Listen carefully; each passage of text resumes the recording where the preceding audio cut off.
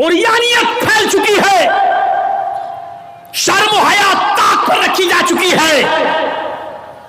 वरना तसव्वुर कीजिए, एक कपड़ा जो जिस्म से चिपका हो, आपके पैरों से चिपका हुआ हो, और वो कपड़ा आपके घुटने और रान से होते हुए आपकी कमर तक आए, जिसको आप लेगी कहें, और इसके ऊपर एक कुर्ती पहन ली जाए और इस तरीके से मार्केट में, बाजार में शॉपिंग की जाए, ऐसी औरत को आपकी नजर में फैशन परस्त कहा जा सकता है, लेकिन मोहम्मदुर रसूलुल्लाह की नजर में ये लड़की, ये औरत नंगी है, नंगी है, नंगी है।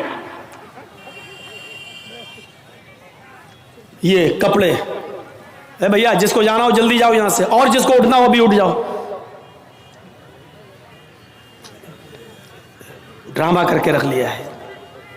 और भी अभी जिसको जाना हो चले जाओ, अभी बाद में मैं नहीं उठने दूंगा, चाहे पेशाब यही निकल जाए। जाइए अभी निकल जाइए जिसको जाना हो। आरियात हमारी नजरों में फैशन परस्त हैं, लेकिन अल्लाह के रसूल ने ऐसी औरतों को क्या कहा? नंगी। मैंने नहीं कहा, पूछो इन उलमा से आरियात का मतलब क्या होता है।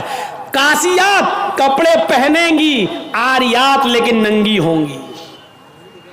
ऐसी औरतों के बारे में कहा है नंगी होंगी। ये हाफ आस्तीनों के कपड़े यहां चल रही है, ये खुला हुआ है। साड़ियां चल रही तो ऐसी कि यहां तक का ब्लाउज पहने हुए हैं, ये खुला है, पेट खुला हुआ है।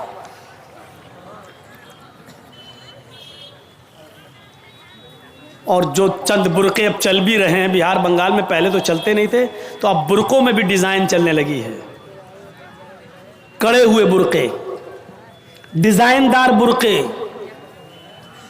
अब एक बात बताइए, बुरके को आप एक तो डिजाइनदार बना रहे हैं, और दूसरा जब औरत या लड़की जब बुरका ओढ़ती है तो सीने पर फूल बना दिए आप। ये बताइए यहां फूल बनाने की क्या जरूरत थी? जब वो पहनती है तो फूल सीने पर, और वो लड़की ने ये बुरका खरीदा क्यों? इसका मतलब क्या है कि वो भी इसलिए खरीद रही है ताकि मेरे फूलों पर नजर। ये सुनना पड़ेगा, तुम्हें नहीं तुम्हारे बाप को भी सुनना पड़ेगा। जब तक मैं इस कुर्सी पर हूं, ये अथॉरिटी, ये पावर मुझे इस्लाम ने दिया है, सुनना पड़ेगा। क्यों खरीदा है उसने ये बुरका? यूपी साइड में आ जाओ, लखनऊ के बुरके देख लो, बंबई के देख लो, हैदराबादी बुरके देख लो। कसम खुदा की अब बुरके बुरके नहीं रह गए। अब 60 साल की बुढ़ी भी ओढ़ ले तो ऐसा लगता है जैसे वो 18 साल की लड़की जा रही है। ये बुरके एक बार सच्चा वाकया है। 60, 65, 70 साल की बुढ़िया ऐसा ही बुरका ओढ़ के चेहरा छुपा के जा रही थी धीरे धीरे। भाई बुढ़ी थी वो, धीरे धीरे चल रही थी, तो एक लड़का उसका पीछा करने लगा। 20-22 साल का लड़का उस बुढ़ी का पीछा करने लगा, क्योंकि जो सोचने लगा बुरका इतना खूबसूरत है तो बुरके के अंदर कितना खूबसूरत माल होगा, बुरके वाली कैसी होगी। उसका पीछा करने लगा। बुढ़िया धीरे धीरे चल रही, लड़का समझ रहा मुझे लिफ्ट दे रही, मेरी वजह से धीरे धीरे चल रही, जबकि वो अपनी कमजोरी की वजह से धीरे धीरे चल रही। बुढ़िया समझ गई कि लड़का मेरा पीछा कर रहा है, तो थोड़ी दूर चलने के बाद उसने अपना नकाब खोला और अपनी तुतलाती जबान में बोली, बेटा। लड़के का तो मूड खराब हो गया, कमबख्त मेरा तो मामला ही गड़बड़ हो गया। बेटा तू मेरा पीछा क्यों कर रहा है, मैं तो तेरी अम्मा की उम्र की हूं। लड़के को भी गुस्सा आ गया, कहती बात मैं अपने लिए नहीं अपने अब्बा के लिए ढूंढ रहा हूं। अब 60, 65, 70 साल की बूढ़ियों को ऐसे खूबसूरत बुरके पहनने की क्या जरूरत। बुरकों का मकसद जो कभी था पर्दा, लेकिन आज उनका मकसद भी वो नहीं रह गया। अल्लाह के नबी के ज़माने में एक सहाबी अल्लाह के नबी के पास आती हैं, मुस्नद अहमद की सही रिवायत, जिनकी चादर कपड़े से नीचे, टखने से नीचे, चप्पल से नीचे ज़मीन की मिट्टी उड़ाती हुई आती है और कहती है, अल्लाह के रसूल मैं इस चादर को ओढ़कर नमाज पढ़ने जाती हूँ, آپ نے کہا چادر اتنی نیچی ہونی چاہیے. اس نے کہا اللہ کے نبی کبھی کبھی زمین پر پیشاب و پائخانہ پڑا ہوتا ہے, گندگی پڑی ہوتی ہے, تو کیا میں تھوڑی سی اوپر کر کے پائخانہ گندگی کو کراس کر کے آگے نکل جاؤں؟ آپ نے کہا نہیں, دائیں سے نکل جا, بائیں سے نکل جا.